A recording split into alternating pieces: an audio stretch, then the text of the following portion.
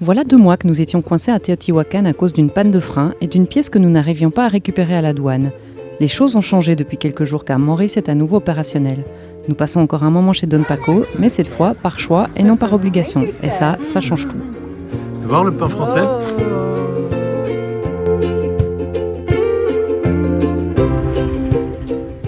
Malgré les moments difficiles qu'on a passés à Teotihuacan, on aura découvert et appris tant de choses. Et après coup, on réalise que cette période-là, on va pouvoir la ranger dans le tiroir des expériences positives. Le soleil est revenu, tchin tchin, bon matin. On vous en avait parlé, un lien s'est créé petit à petit avec nos hôtes, et ça aura pris du temps. En plus, nos amis Anthony, Marika et Noah nous ont rejoints et on a passé de joyeux moments avec eux.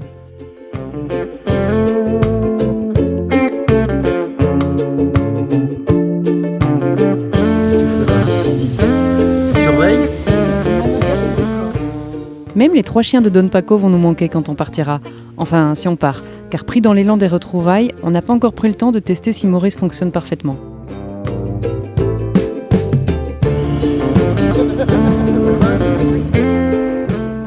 Ça y est, on a décidé que lundi on reprenait la route. Nos amis partent 2 jours avant nous, on les rejoindra plus tard. Don Paco aimerait nous faire découvrir les activités qu'il propose avant qu'on parte, une excellente manière de clôturer notre séjour en beauté. Hasta luego.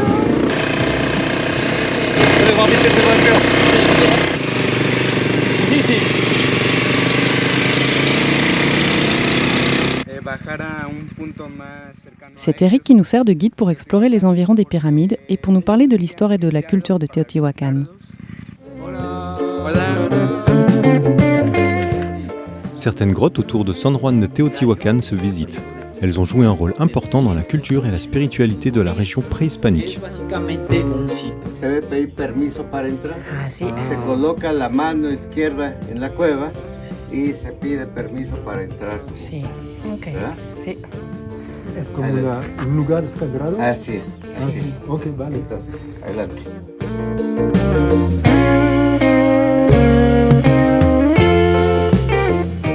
Après le quad, Don Paco nous emmène visiter d'autres grottes situées derrière son terrain et qui appartiennent à un groupe de locaux.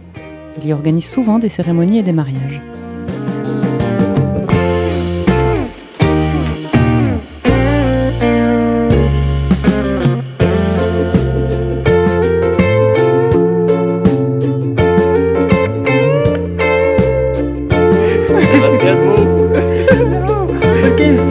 No quiero perderme. No.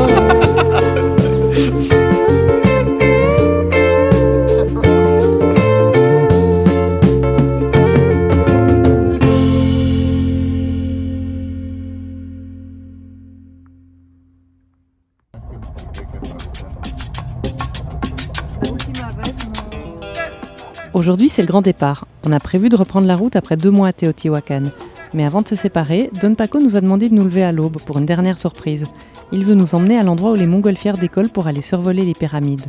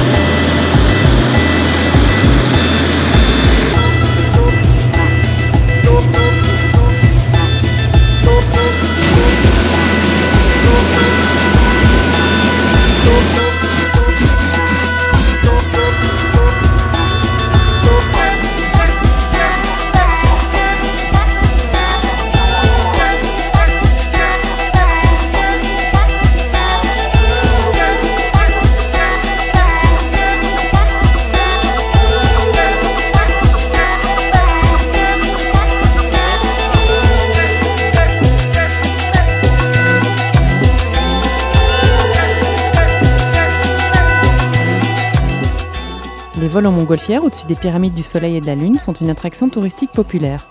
Et lorsque le budget ne permet pas de s'envoler soi-même, observer les montgolfières décoller devient une alternative tout aussi fascinante. Mais non, non, non. Il n'y a pas moyen de travailler, il n'y a pas la place. Bah non.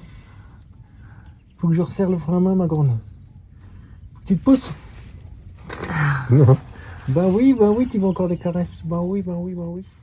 Après les derniers ajustements des freins, vient le moment des adieux. On prend conscience du lien qu'on a créé avec Don Paco et de l'importance de cet endroit, désormais un de ceux que l'on appellera maison sur la route, tout comme Bashford en Californie. Cette fois-ci, on espère franchir les barrières du camping sans qu'il nous arrive une autre mésaventure. Qué bueno que quedó. Gracias. Ay, perdón. Gracias.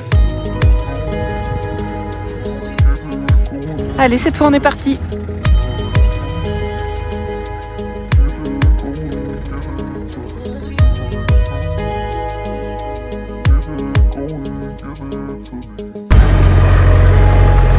Hasta luego, macaco.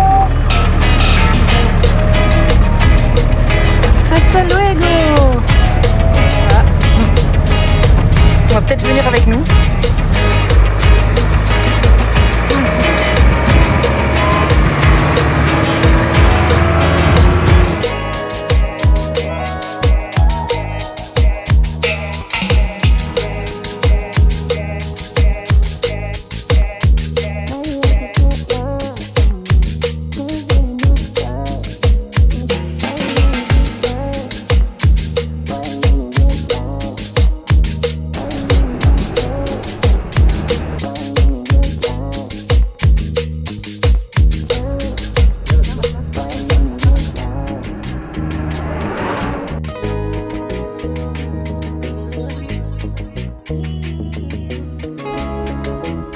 On a quand même du mal de quitter la zone de Teotihuacan, non?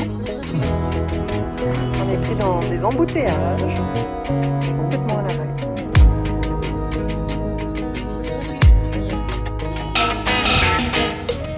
Au Mexique, en raison de la densité du trafic et de l'état du réseau routier, la moindre perturbation peut entraîner des bouchons gigantesques. En plus, chacun emprunte des chemins de traverse pour dépasser, ce qui finit par rallonger le temps d'attente.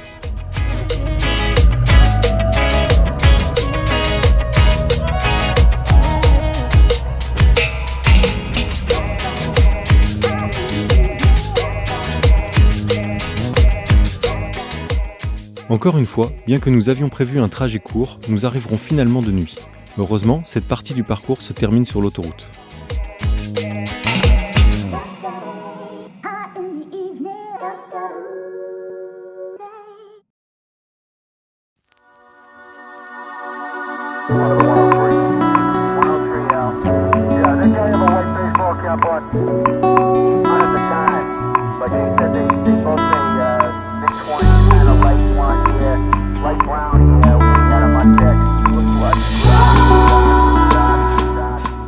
On est dans une chocolaterie artisanale et l'endroit est idéal pour découvrir une spécialité de la région. Le mole est une sauce emblématique de la cuisine mexicaine à base de piment et de chocolat. Et après l'autre, c'est... Ça, c'est des morceaux de poulet. oui. Et moi, c'est des morceaux de fromage. Ok. Il existe plusieurs types de mole, chacun ayant une couleur distincte et une combinaison unique d'ingrédients, allant du mole noir riche en chocolat et en piment au mole blanc à base de noix et d'herbes fraîches.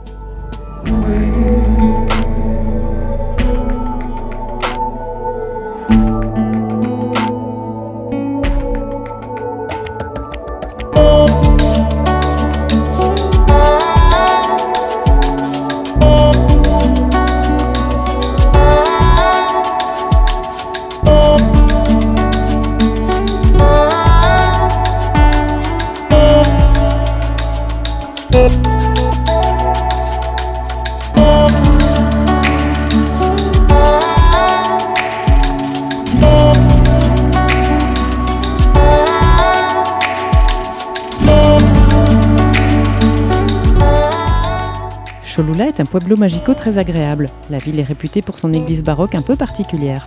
Elle est construite au sommet de la plus grande pyramide en volume au monde. On ne voit même pas cette pyramide de premier coup d'œil car elle est en grande partie recouverte de végétation et de terre et on a l'impression qu'il s'agit simplement d'une colline.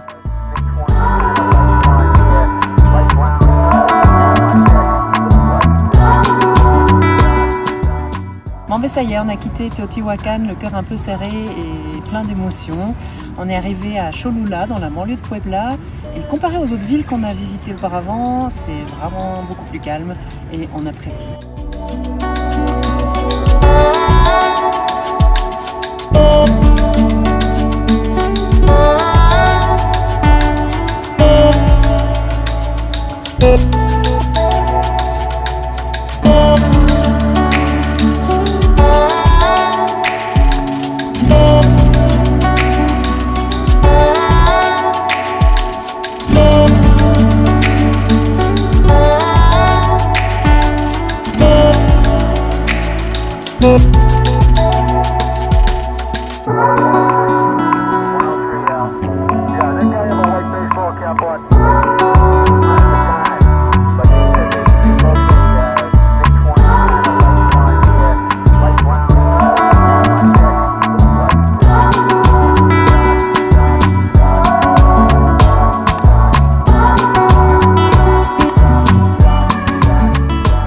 Alors, c'est la fête aujourd'hui. Ouais. Normalement, on a tout réglé. Oui, même le frigo il marche. On est prêt pour l'aventure. Santé!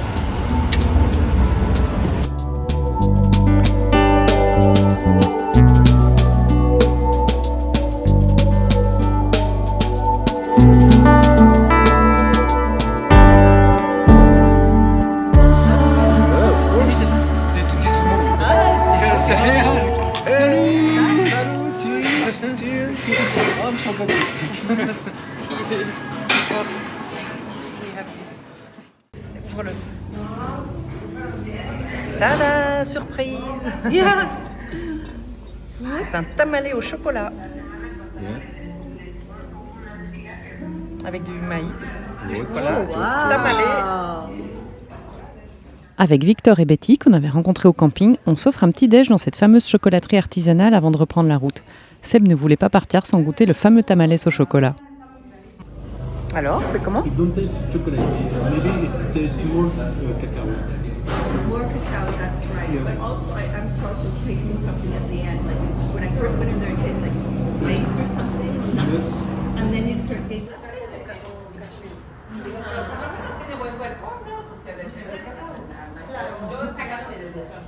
Por ejemplo, lo que sucede aquí es que Ce que nous avons ici, c'est du cacao sous forme de pâte ou de tablette.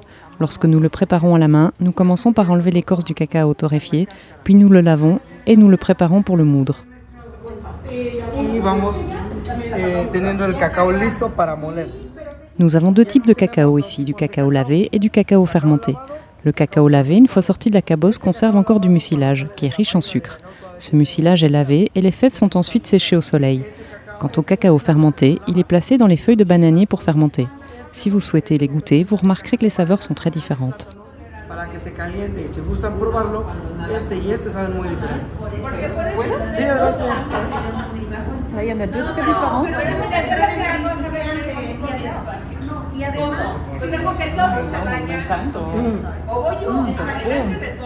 Ça, c'est...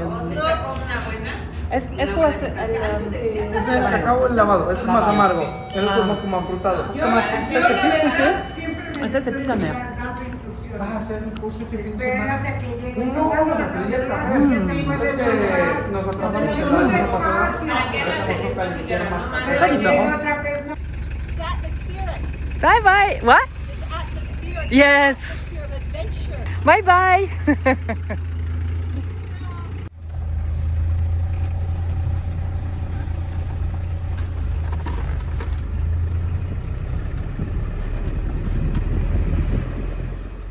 On profite d'être dans une grande ville pour faire des courses dans un supermarché qui vend de grandes quantités. Il faut une carte de membre, mais au Mexique, elle est bon marché. Pour nous, ce n'est pas très intéressant quand on a peu d'espace de stockage et notre frigo n'est pas grand. Par contre, on y trouve quelques produits importés qui nous font plaisir. Il faut avoir du temps devant soi car le magasin est toujours bondé. On veut s'offrir des palmes avant d'aller au Pacifique. C'est un excellent prétexte pour renouer avec quelques repères familiers. Dans ces voyages au long cours, ces parenthèses sont comme des petites madeleines de Proust. On reprend la route et cette fois, on prend directement l'autoroute pour éviter les petites routes et leurs aléas.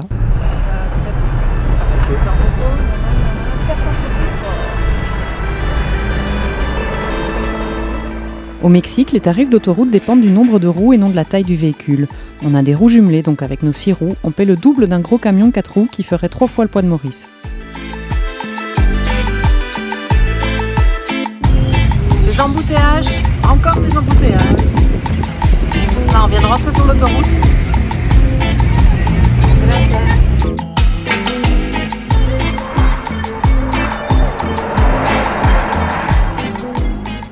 On est à l'arrêt.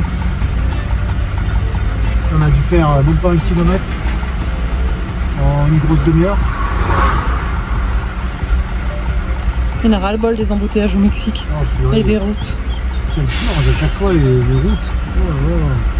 À chaque fois, en plus, on prévoit des petits trajets et ça prend toute la journée.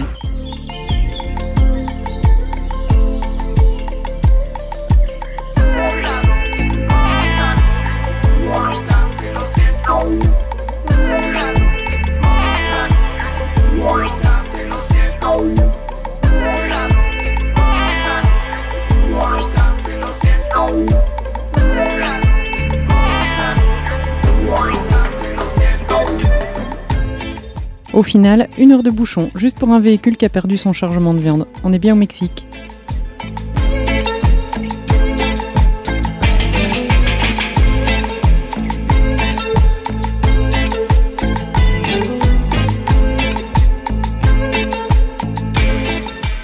Comme on s'est trompé de sortie, on demande naïvement à la caissière ce qu'on peut faire. Pour nous éviter de payer 2 fois, ni une ni deux, elle appelle la sécurité pour déplacer tous les véhicules derrière nous et nous demande de faire marche arrière pour accéder à la bonne voie. On est gênés, mais impressionnés car personne ne râle. Ok, gracias. Muchas gracias.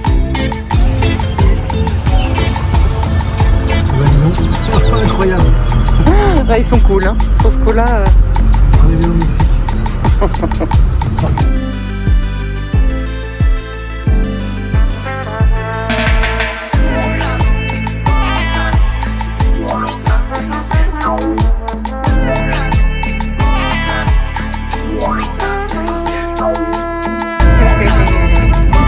Et voilà, on est connaît cela.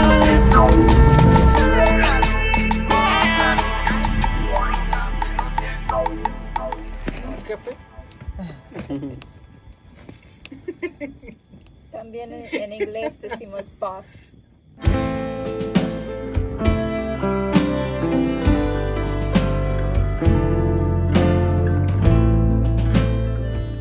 La réserve de cactus de Tehuacan est considérée comme l'une des zones les plus riches en biodiversité de la planète et elle a été déclarée réserve de biosphère par l'UNESCO. On s'est donné rendez-vous avec Anthony, Marika et Noah dans ce lieu incroyable.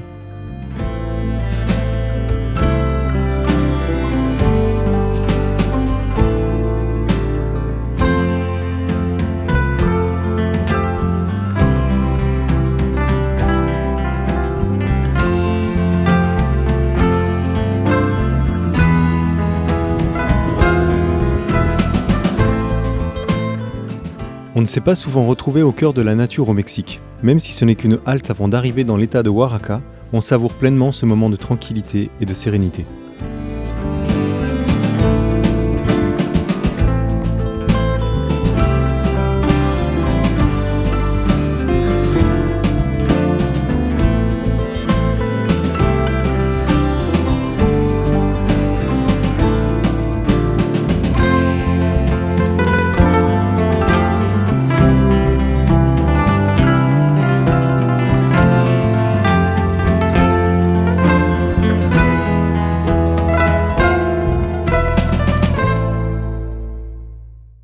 Prochaine étape, l'océan Pacifique. Ça fait des mois qu'on rêve de plage et d'océan, on espère vous y retrouver là-bas.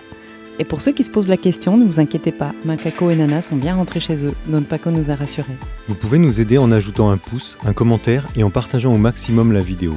Merci et à bientôt pour la suite de l'aventure.